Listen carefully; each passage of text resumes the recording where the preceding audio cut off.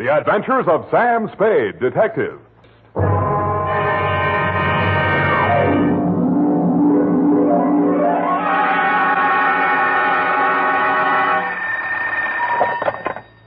Office of Samuel Spade, Private Investigations. Good morning. Evening. Effie?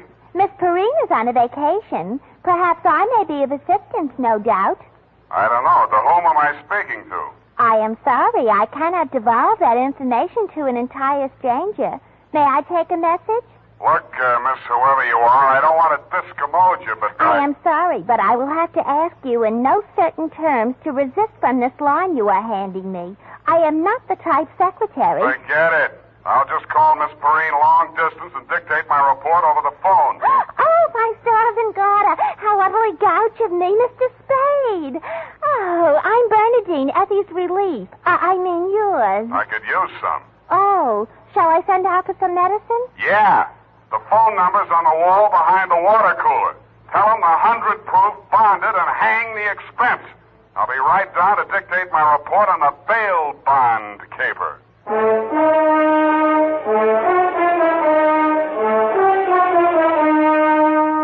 Dashiell Hammett, America's leading detective fiction writer and creator of Sam Spade, the hard-boiled private eye, and William Spear, radio's outstanding producer-director of mystery and crime drama, join their talents to make your hair stand on end with the adventures of Sam Spade. And now, with Howard Duff starring as Spade, the greatest private detective of them all, in the adventures of Sam Spade.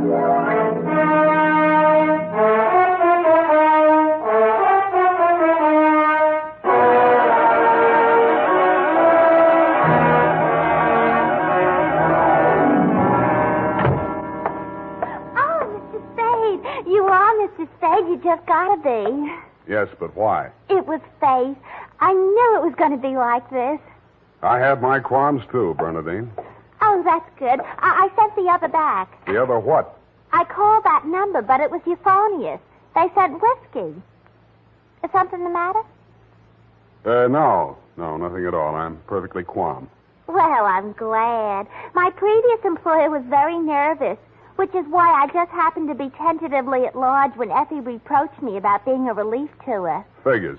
Bernadine, now I'm not being fresh. Honestly, I'm not. But do you take shorthand? Yeah, but I don't speak it. What is that you speak? Don't answer. Ready? Rodney. I mean Roger. Date. I'll have to ask my mother. Down, Bernadine. Date, June 27, 1948, to Miss Effie Perrine, care of Perry's Lodge, Kanab, the Pearl of the West, Utah. What? Oh, wrong letter. I'll get to that later. Date, June 27, 1948, to Leo M. Scarlett, care of Leaf Branch, Root, Knox and Wood, attorneys at law, 333 Pine Street, San Francisco, from Samuel Spade, license number 137596. Subject, the bail bond caper. Dear Leo, I'm sorry things turned out the way they did, Leo, and I'd like you to know how I got into it. It wasn't for the reward. I don't take rewards. I'm not in love with your wife, no matter what she says, and I wasn't sore at you about anything. I was just sitting in my office, minding my own business, when the door opened, and Vivian walked in. She looked every bit as beautiful as she did when she lived under me in Ma Tuttle's boarding house in 41. In fact, I didn't recognize her until she slithered out of her mink. Hello, Sam. Surprised to see me? Yeah, but I'm trying not to show it. What's on your mind? Is that all you've got to say to me, Sam? Well, you're here on business, aren't you? All right, I don't blame you. It all happened pretty sudden, Leo and me. I should have written or phoned you, I suppose, but somehow... Forget it, Vivian. Now, what do you need a detective for? You, thinking of divorce already? Oh, please don't, Sam. If it was a mistake, I'm the one who has to live with it. And I made up my mind when I married Leo. This time it's for keeps. No matter what. Mm-hmm. What's the what? He's in trouble, Sam. Well, that's nothing new. Well, this time I don't think it's his fault. When Leo went legit, he meant it. What's he say he's doing now? He's a bail bond broker. Judging from your new look, I'd say he's a success. Sam, a man called him on the phone today. I answered. He said his name was Holliday, but I recognized his voice. It was an old friend of Leo's. Charlie Rosenfoy. Charlie, huh? When did he get out? A couple weeks back. He was paroled. I don't know what he said over the phone, but Leo looked scared and sick. I don't wonder. The word around town was that Charlie took the rap for Leo. And I don't know anything about that. All I know is Leo's on the level now, and Charlie never will be. He did plenty on his own during that time he served. Well, I won't argue that, but from where I sit, it looks like Leo better start wearing a gun again. He has.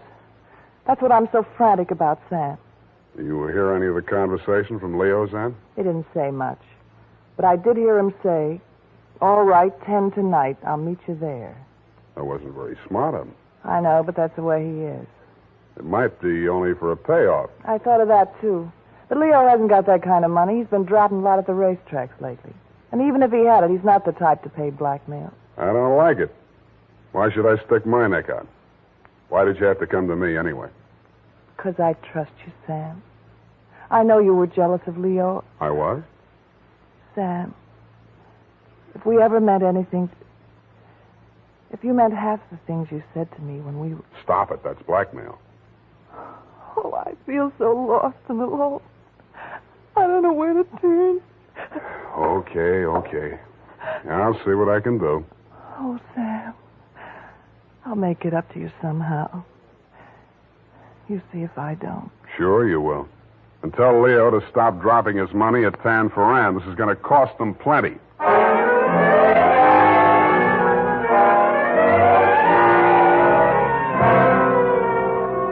Vivian had said that your rendezvous with Charlie was scheduled for 10 in the p.m. and that you were too upset to go to work that day, so you'd be at home, 1246 Dunbar. I took a plant in your apartment building from a Sleepy Lagoon-type cocktail bar across the street called, you guessed it, the Sweet Leilani. Your wife joined me, and after a while, we got around to talking. At least she did. I bet you can't guess what I'm thinking about. Huh? Listen, Sam. You remember that night we drove to Half Moon? Spade. Oh, you do remember. Oh, we used to do the craziest things. I should have married you, Sam. Please, not while I'm drinking. You know what? The trouble with crooks, they have to work day and night. Yeah. Hey, you're not listening. No, but everybody else in the place is. Let's talk about you, Sam. Did I ever tell you how I met Leo? No, and please don't. And then he opened a bucket shop. You know what a bucket shop is? Yeah. It's stockbrokerage. Brokerage. Yeah, that's right. Only it's crooked. That was the first business Leo started when he went legit. Mm-hmm. He had to shut it down on account of those securities. Somebody was always stealing out of the safe. Were they insured? Yeah, but they wouldn't renew his policy. So after the second nightclub burned down and he couldn't get any insurance at all, even on his own life. That's why I'm so frantic, Sam. Hey, give me a nickel. I want to play Sweet Leilani.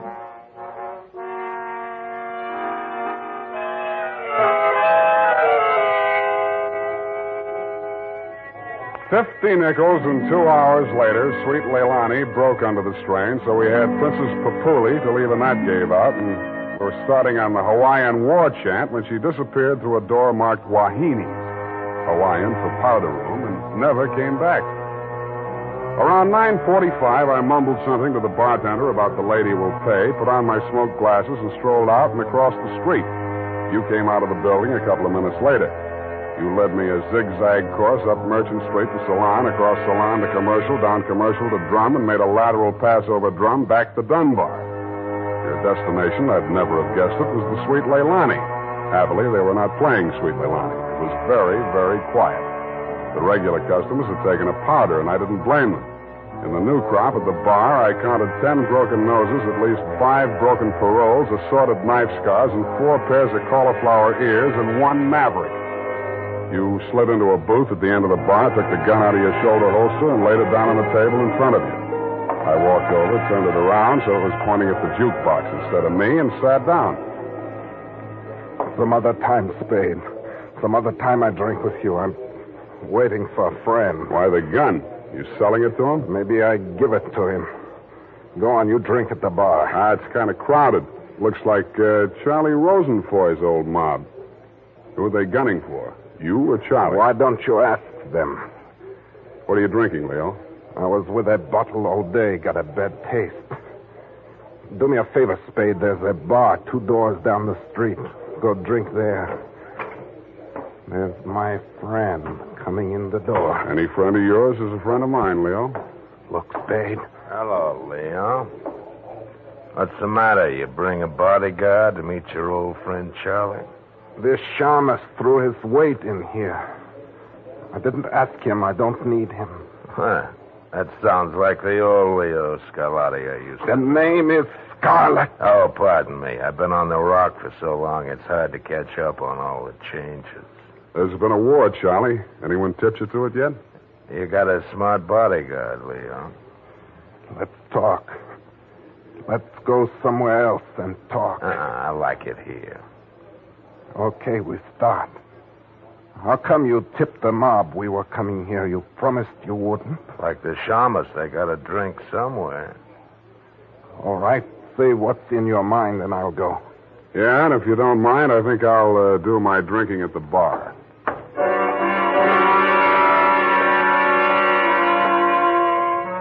Both of your guns were on the table. It didn't look as though you were going to use them on one another, and I figured that neither of you was going to do much talking in front of me anyway, so I strolled back to the end of the bar to look at the television. The 10 o'clock news roundup was on, and the ticker tape that was moving across the screen said ... in Atlantic City today, period. I ordered a highball, and then the ticker tape started again. This time it said San Francisco, $1 million bail bond robbery. $1 million in negotiable bonds is tonight in the hands of a group of daring hold-up men who commandeered an armored truck at the very portals of the police department in the Hall of Justice.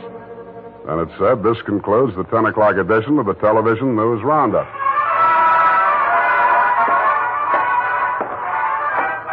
I had a slight hunch that if the television boys had had their cameras on the big bail bond robbery, that at least some of the characters would have been played by at least some of the bad actors that were foregathered in the Sweet Leilani. In fact, what you and Charlie were saying and doing when I walked back to your booth was almost too much to the point.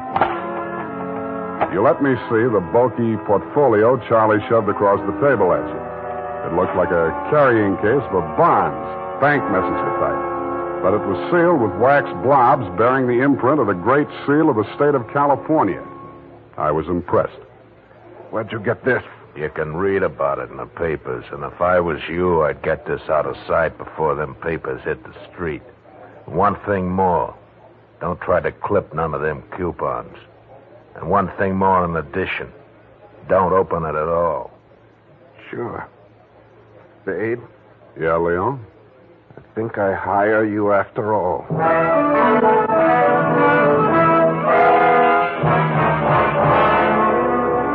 I took the job and you handed me the portfolio.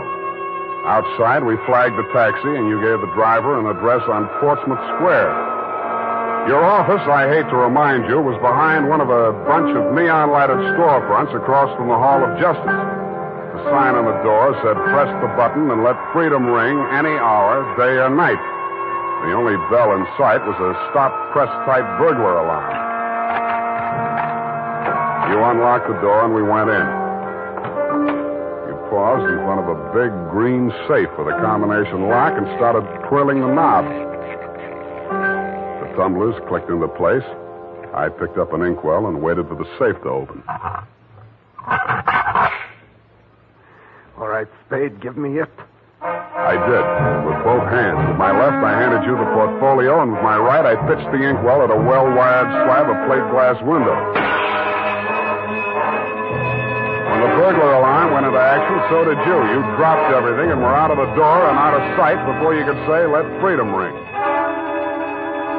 While I was waiting for the cops to arrive, I helped myself to a $500 bearer bond I found lying loose in your safe. I had a feeling I might be needing some bail myself.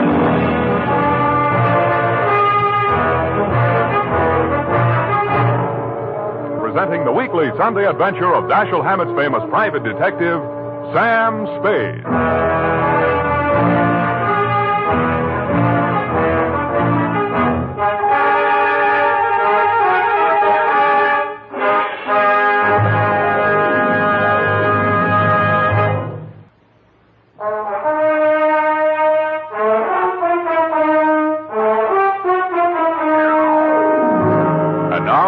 the Bail Bond Caper. Tonight's adventure with Sam Spade.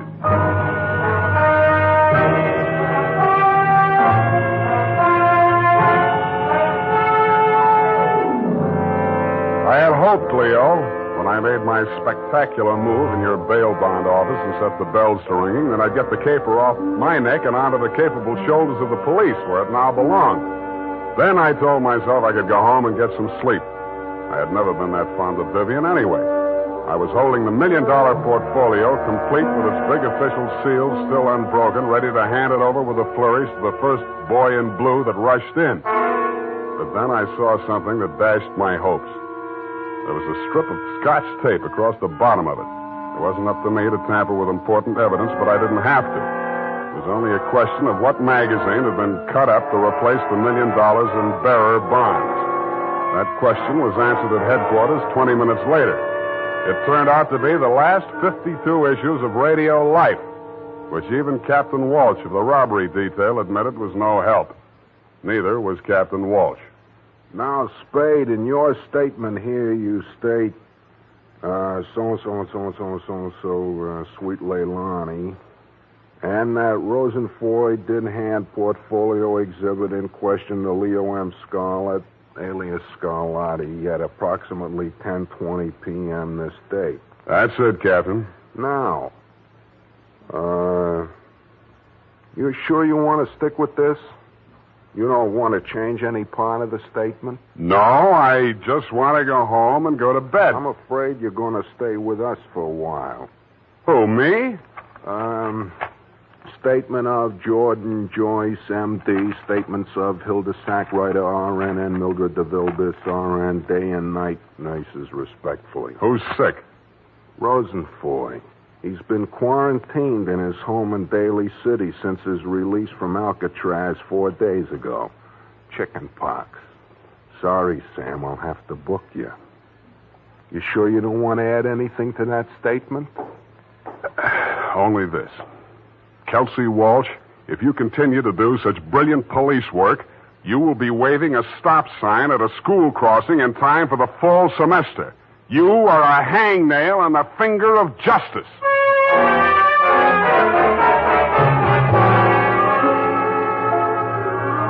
I thought I had been courteous and cooperative, but even so, it was the middle of the afternoon by the time they set my bail. $1,500. That made it light. But I hadn't had time to hang the curtains in my cell when I got even worse news. My bail had been posted by who? Vivian, a banana peel, and the steps of progress. She met me outside. Well, aren't you going to thank me? What for? Getting me in jail or getting me out? Getting you out, of course. It was all the money I had in all the world. Leo's money was impounded, you know. But, Sam, when I thought of what you and I once meant to each other, and maybe we still... Yeah. Well, you'll get your money back. I'm not really guilty. Oh, I know that. What else do you know? I guess it's safe to talk. Leo phoned me today. Where is he? He wouldn't say. Some pay station. He kept putting in nickels. Sam, you've got to talk to him.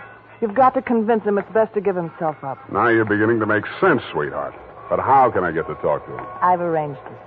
He's to meet us at the Club Leilani. You know, where we had our reunion yesterday. That place on Dunbar? Yeah. Oh, that's great. A crowded saloon less than a block from the police department. Besides, the place has lousy memories for me. By the way, did you ever get out of the ladies' room? If you don't mind, I'd rather talk about something else. Okay, let's talk about how do we bring this big secret meeting off in a crowded cafe. Is Leo coming in a false beard? You really think I'm stupid, don't you? I didn't say so. Well, it so happens that the place is closed on Tuesday. See that sign in the window? Closed Tuesday. Mm-hmm. Now, how do we break in? I was counting on you. You're a detective. Can't you use a glass key or something? Did you say that bail bond you bought for me was all the money you had in the world? That's the truth. Then get ready to forfeit it. It's a risk I've got to take. You've got to take. Sam, please, if we ever meant anything... Yeah, I know. Half Moon Bay.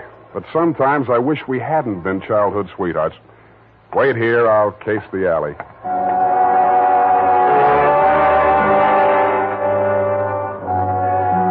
The alley wasn't much better. There were 2 windows, washroom type, all glass brick, except the 2 small ventilators big enough to put your hand through. The only hope was the kitchen skylight. I didn't have any trouble getting up to it, but once I was there, things didn't look so good. The view from the roof was a garage door with 2 green lights flanking it. Then it struck me where I was and why I was there. The Club Leilani backed directly on the Hall of Justice where the big bail bond robbery had taken place at 5 p.m. the night before. Without further ado, I put my foot through a pane of the skylight, reached in, unlatched it, and dropped. Hurry up, let me in, Sam.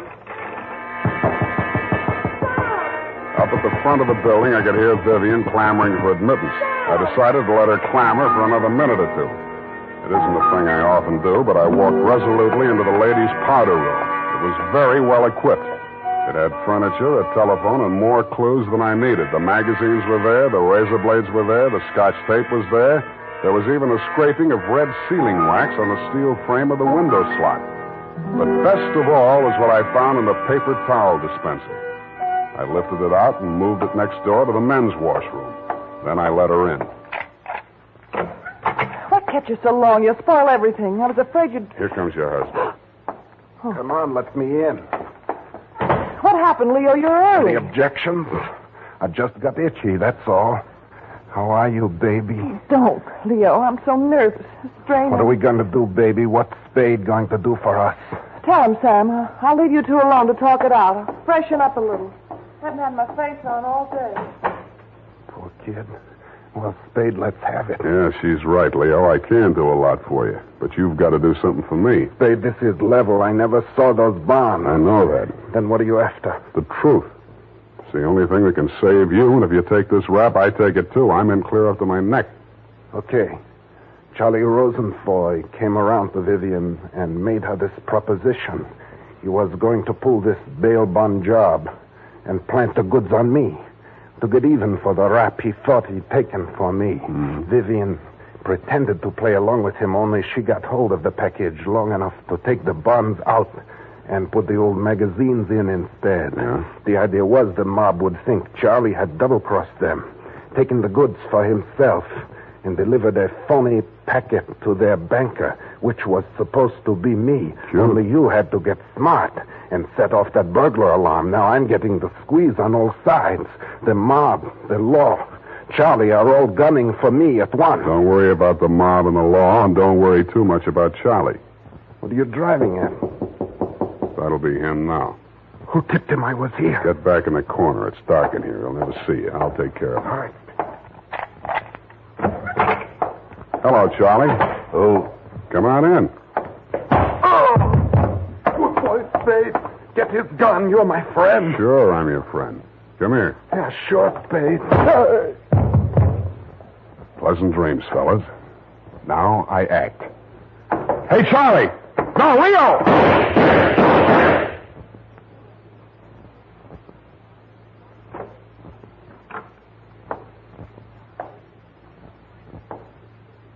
Vivian?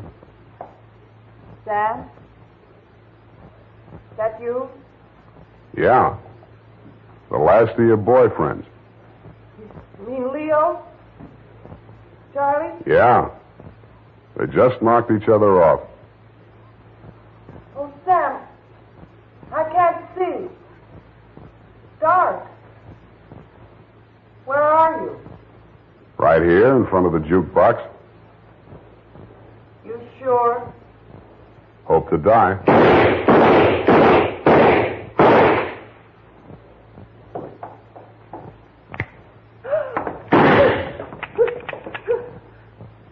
Drop it, Vivian. It's empty.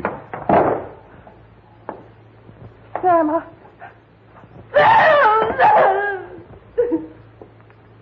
Vivian, how could you? After Half Moon Bay.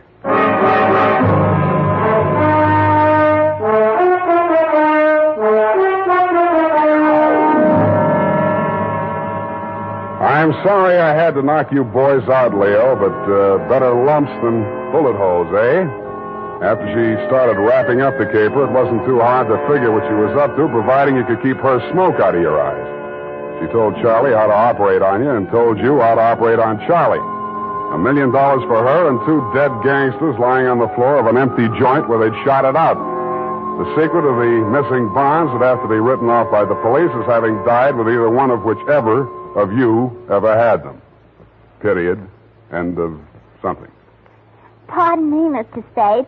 I know you're tired, and if you're too brushed, please feel free to allude the whole matter. But... Yes, okay, let's do that. Thank you.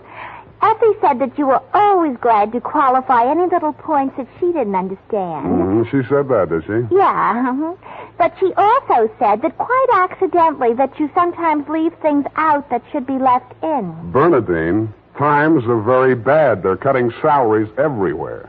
But where were they during the whole nefarious affair, if you'll pardon the expression? The bonds? In the paper towel dispenser. Didn't I say so? Oh, that's what you moved to the men's. Mm-hmm.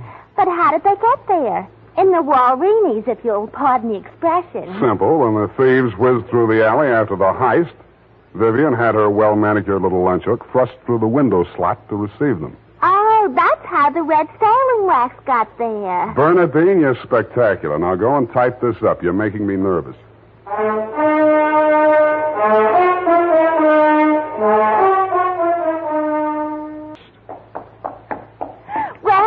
Mr. Spade, I hope it's not too erroneous. Oh, I'm sure it's quite offensive. Don't you mean inoffensive, Mr. Spade? Have it your way. I don't want to sound imprudent, Mr. Spade, but I must say that your conduct through the whole thing was very brave and outrageous. Don't you mean courageous? Oh, now I've got you doing it. You're going to be just like Mr. Cummel. Your previous employer, no doubt. Yeah, poor man. You know, he finally became completely erasable. They had to take him away. Mm-hmm. What were his symptoms? Well, when he ordered the puppy biscuits, I thought he was just being concentric. But after a while, he wouldn't answer to anything but Rover.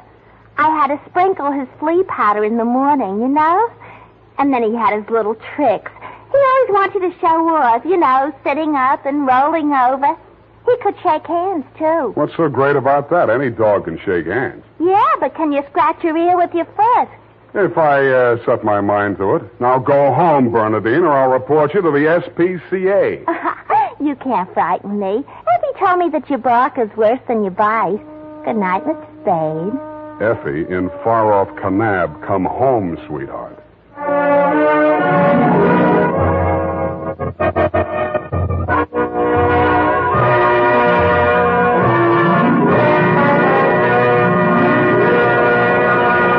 The Adventures of Sam Spade, Dashiell Hammett's famous private detective, are produced and directed by William Spear. Sam Spade is played by Howard Duff. The Adventures of Sam Spade are written for radio by Bob Tolman and Gil Dowd, with musical direction by Lud Gluskin. Gil Dowd directed tonight's broadcast in William Spear's absence. Join us again next Sunday for another adventure with Sam Spade. This is CBS, the Columbia Broadcasting System.